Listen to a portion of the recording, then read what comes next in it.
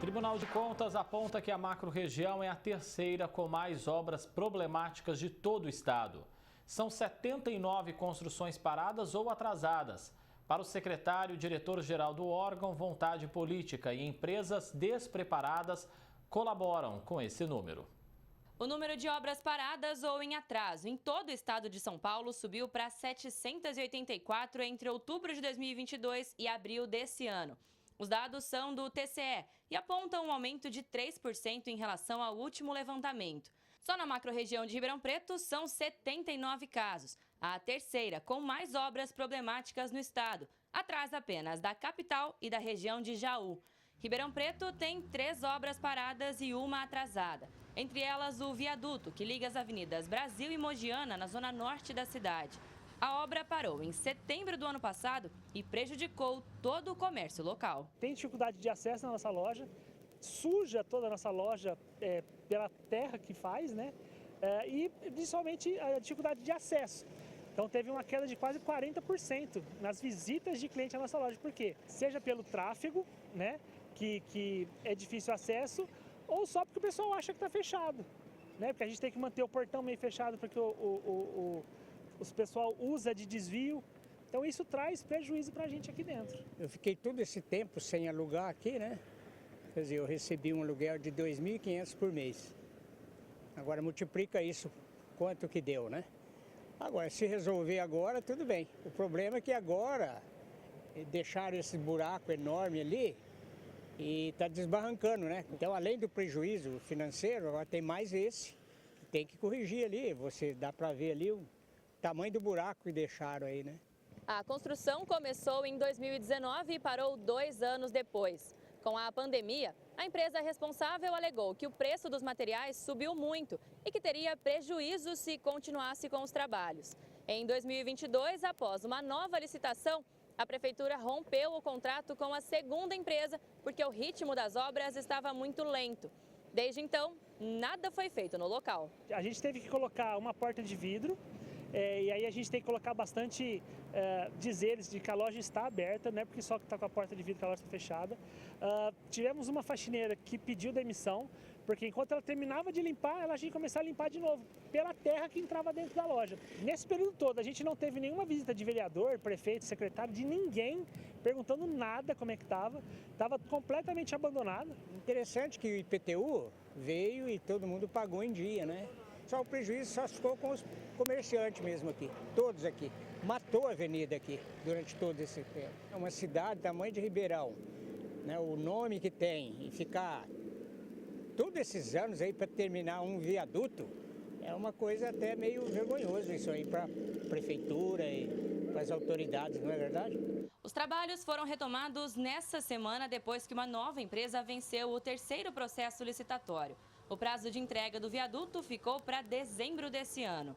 Essa terceira empresa é uma empresa que já está prestando vários serviços, inclusive já entregou mais de um corredor aqui em Ribeirão Preto, empresa local. Então nós temos a certeza de que o investimento será realizado e nós vamos inaugurar esse viaduto antes do Natal deste ano.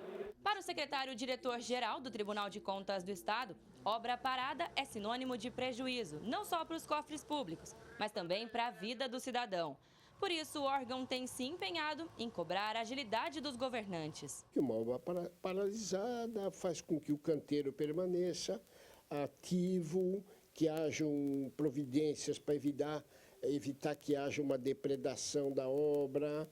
E isso tudo pesa muito, tanto para o interesse público quanto para os recursos orçamentários das prefeituras. São iniciativas, às vezes, tomadas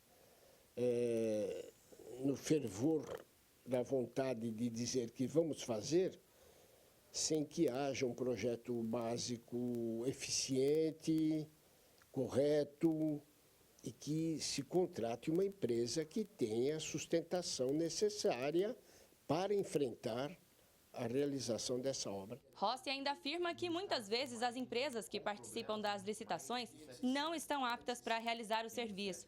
Outro ponto é a vontade política. Quando um gestor começa uma obra, o próximo precisa continuar. O orçamento nunca pode começar pela coluna da despesa. O orçamento tem que começar pela coluna da receita. O planejamento vai permitir que se dimensione as prioridades, e aí é importante que, se há uma prioridade hoje fundamental, é exatamente as obras que não podem continuar no estado que se encontram. Isso está no estado inteiro, seja em obras estaduais, seja em obras municipais. Uma paralisação, de certa forma, injustificada. E, algumas vezes, lamentavelmente, por rinha política, um começa e o que segue não quer continuar. Infelizmente, é uma realidade que nós enfrentamos permanentemente.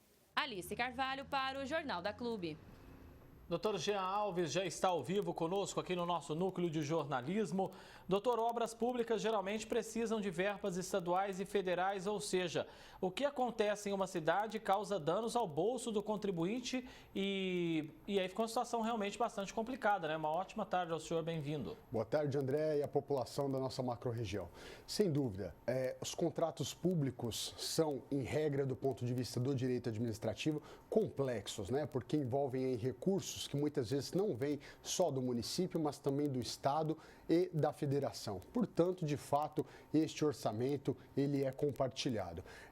Ao rigor do direito administrativo, penso eu que esses contratos públicos devem ser revisados do ponto de vista técnico. Ou seja, quando ele está nascendo, as empresas que estão concorrendo a este contrato público devem passar por uma inspeção prévia, a fim de que não vença somente aquela que ofereça o menor preço. O objetivo da concorrência pública é trazer maior benefício aos cidadãos, cumprindo o princípio constitucional da administração pública, que é a eficiência. Portanto, o menor preço deve estar sempre aliado à qualidade e à técnica desta empresa. Essas obras de mobilidade aqui em Ribeirão, elas vêm recheadas de um drama, né? E aí não basta retomar os trabalhos que estão parados, porque existe um estrago muito maior causado ao cidadão. Sim, de fato, André, principalmente ali na região norte, né? Nós temos, como você disse, um drama social, o prejuízo é do município que está gastando o dinheiro dos contribuintes, dos cidadãos ribeirão-pretanos e especialmente dos comerciantes e proprietários locais. É preciso que esses proprietários estejam unidos a fim de conversar, né, uma cidadania ativa com o município de Ribeirão Preto, a fim de verificar uma eventual compensação administrativa ante os danos aí civis e administrativos causados pelos reiterados atrasos e pela não entrega da viabilidade da mobilidade urbana naquela região. E a retomada dessa obra agora, do viaduto ali da Brasil, que ficou parado durante um bom tempo, na verdade, a construção desse viaduto pode ter causado até problemas em alguns imóveis ali do entorno. No mínimo que precisa ter agora é investigação e talvez uma possível punição se teve erro nessa obra de fato. Sim, é importante que os órgãos responsáveis pela fiscalização atendam à demanda desses comerciantes. Então, o Ministério Público, a própria Ordem dos Advogados do Brasil e a Defensoria Pública, também responsável aí pela proteção dos interesses individuais e coletivos, possam acionar o Poder Judiciário, uma vez que o órgão primário de fiscalização da população e dos contratos públicos, ou seja, o órgão responsável pelo bom cumprimento da eficiência na administração do Poder Executivo, é o Legislativo. Ou seja, faltou boa vontade e eficiência por parte dos vereadores que compõem a Câmara de Ribeirão Preto. A nossa macro-região, uma macro-região riquíssima, é a terceira com mais obras paradas ou atrasadas no estado. Isso representa uma certa vergonha, doutor? Sim, e como nós vimos na reportagem, cabe ao Tribunal de Contas do Estado, né, essa fiscalização e essa cobrança. Quero advertir que não precisa chegar ao TCE, que embora esteja cumprindo com regularidade o seu papel de órgão fiscalizador do orçamento, isso tem que partir do próprio município, ou seja, cabe à Câmara a instauração de audiência pública para discutir essa ocasião, né, que é muito importante em Ribeirão Preto e há vários anos esses comerciantes vêm passando por isso. Uma vez partindo de dentro, certamente os reflexos nessa regulação dos atos da administração pública serão mais eficientes. E a população precisa estar sempre em alerta, né, doutor? Porque é justamente nesses atrasos, nessas paralisações, nas retomadas, nos aditamentos de contrato que você tem uma obra talvez superfaturada lá na frente. Se me permite uma correção, André, a população está atenta e vem denunciando isso há anos, né? Principalmente este viaduto ali na Avenida Brasil. Então, cabe àqueles que foram eleitos para tanto, ou seja, o Poder Legislativo e os demais órgãos de fiscalização, como o Ministério Público, uma ação mais efetiva para a correção desses problemas que são emergenciais e há tantos danos vem causando aí a população de Ribeirão Preto. Não só do ponto de vista dos comerciantes, mas do ponto de vista da mobilidade urbana e também aos cofres públicos, ou seja, todos nós estamos perdendo com esses atrasos. O senhor tocou num ponto importante, porque às vezes você tem um atraso de uma obra e vai cobrar só da prefeitura, quando na verdade o cidadão precisa também cobrar a fiscalização por parte dessa Câmara que aí está. De fato, me parece que faltou uma discussão mais séria, ou seja, eficiência por parte dos vereadores na correção desses contratos. A administração pública acaba tendo aí alguns instrumentos, como, por exemplo, o rompimento desse contrato público. Só que quando rompe por descumprimento, até você iniciar uma nova concorrência pública, isso gera tempo, isso gera gasto, isso gera danos sociais. Portanto, no nascedouro, ou seja, a base deste projeto deve ser muito bem fiscalizada do ponto de vista técnico da administração e, posteriormente, a execução desse contrato por parte dos vereadores que foram eleitos justamente para o controle dos atos do Poder Executivo. Obrigado, doutor Jean, pela presença do senhor aqui no Jornal da Clube. Ótima semana. Sempre um prazer. Igualmente, André. Até mais.